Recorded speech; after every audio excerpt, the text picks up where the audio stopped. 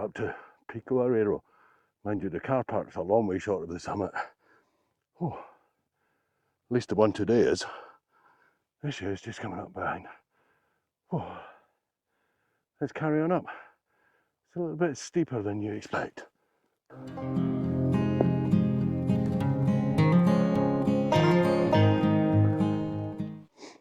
It's a bit easier going on the road, but we're still climbing up, and we're still a long way away from the top. Well and truly above the clouds. Haven't actually climbed that far, judging by looking at the car park. It just feels like we've climbed half a kilometre. Oh, we're almost there. Well, made it up to the cafe at the top. And after that strenuous exercise, I need some sugary drink. I'll show you around the views in a minute, but at the moment I'm enjoying this sunshine. The sun is very strong, of course, at this height.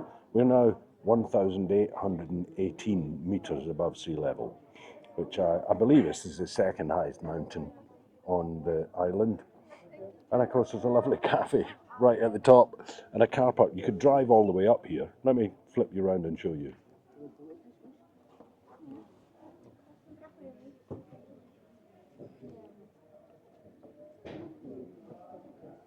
See, car park right there. You've only got to climb the last 1.5 metres and that stairs up to the top. But of course, the police won't let us drive up here to park there. We had to park in that far car park all the way down there.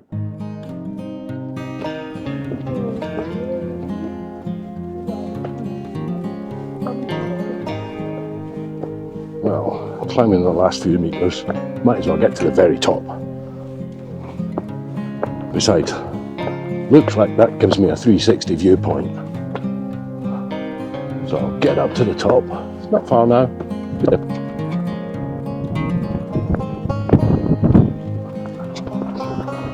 And we've made it.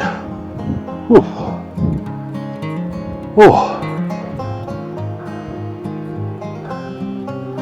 I need to be around the other side.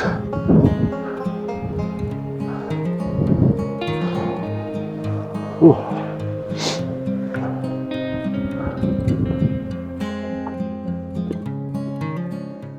So this is the start of PR1.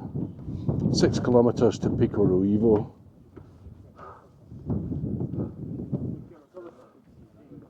That way.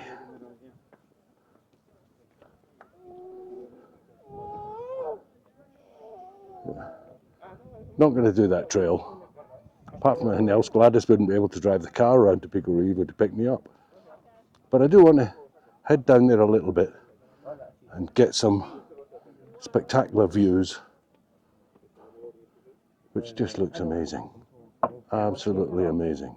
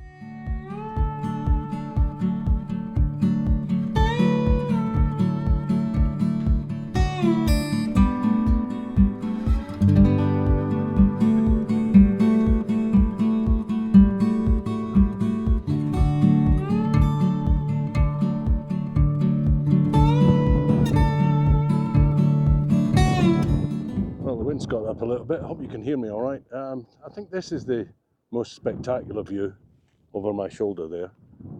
So I'm just going to set up the camera and see if we can get some interesting shots. There doesn't seem to be much foreground. That's my trouble here. Let me show you what I mean. Flip you around. All the foreground, you got like these rocks here, and then there's nothing till the background. So you don't really get that same sense of depth that you do when you've got a foreground, midground, background. We've got the most spectacular background, but there's no subject, you know. I can't find a really interesting foreground. That looks as if it's about the best. And the big pointy one there. Might be able to do something here with these foreground rocks there. And then a bit further over to the midground and using that as the background. That might work. So let's see what we can do with it.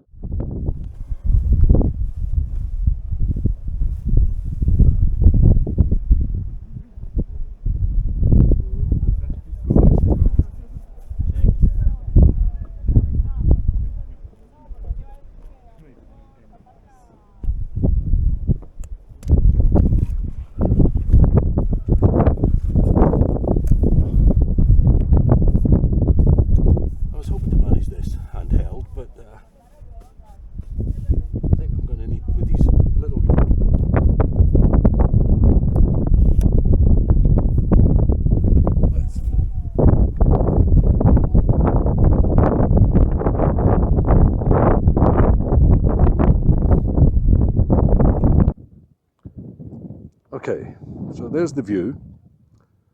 I got these little foreground rocks, these ones there, down in the bottom right hand corner, but it's low enough that I can see some of these growth and the rocks and things beyond.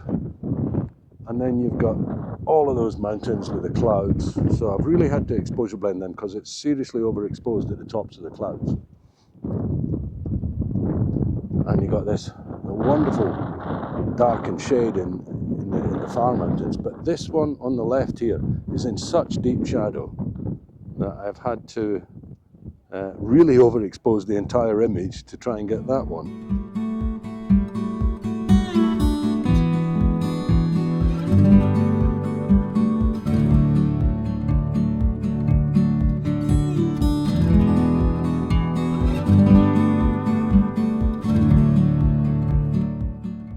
Those rocks in the bottom left.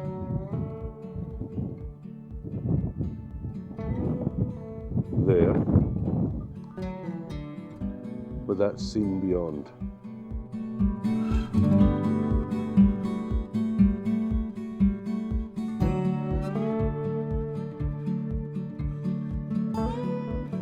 Yeah, I'm not 100%. The sun's in my eyes again now. I'm not 100% happy with this view in this shot, but the only way to beat it would be to get up here so much earlier, and we were a little bit late heading out today. Never mind. Nice walk, nice place. Weather's lovely, if a little harsh for photography.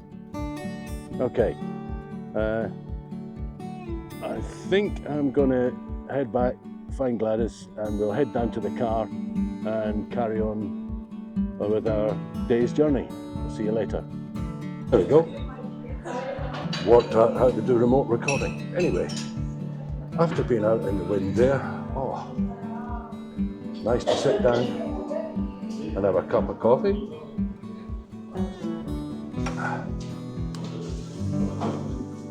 And a pastel de nata.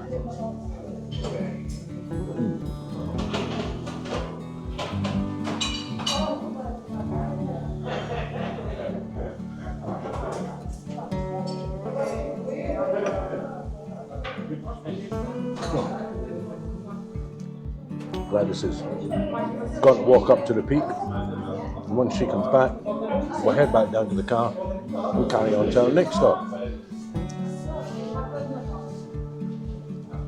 So, I'm just going to enjoy my coffee and pastry, and I'll see you later.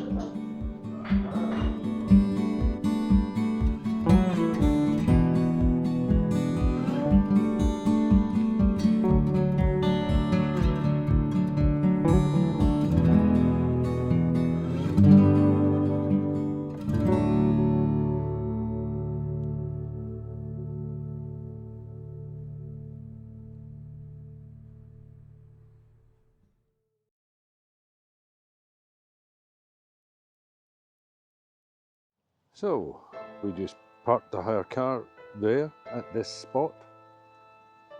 There's a little shelter. Come to a place where on the map it says Magic Tree. Wondering anywhere in this thick forest, where could it be? It could be absolutely anywhere. And it's right there, right next to the road, right next to where you park. So, let's get set up and wander around and see what angles I can get this from.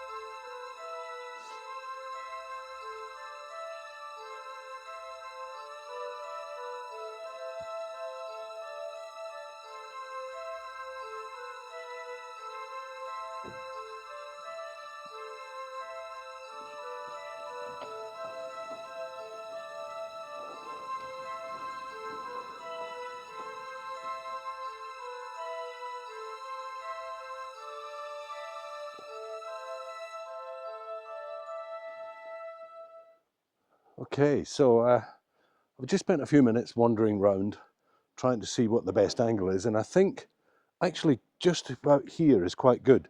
Now there is a roadway down there, so I need to get a little bit lower so that the road is missing, but you should be able to see the magic tree framed by these two other trees either side, and hopefully with a shallow enough aperture might just get that in focus with the pure straight trees beyond all either slightly out of focus or very out of focus.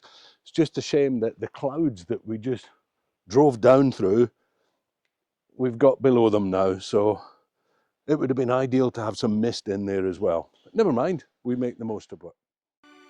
Well, the tree's beautifully in focus.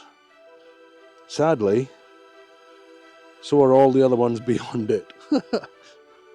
So I'm at about 30 mil at the moment, and f4, which is the fastest this goes. This is the 14 to 35. So I'm going to take an ultra wide at 14, which of course will give me even more depth of field, so there'll be more in focus, but never mind. We'll deal with that when it comes. Okay. Just a little bit of the sky, which is seriously overexposed, but I can crop that down a little bit. But I've taken a few shots at anywhere between 14 and 30 mil, and from a few angles. So once we get home, get them up on the computer, we'll see how they turn out. In the meantime, back to the car and heading on.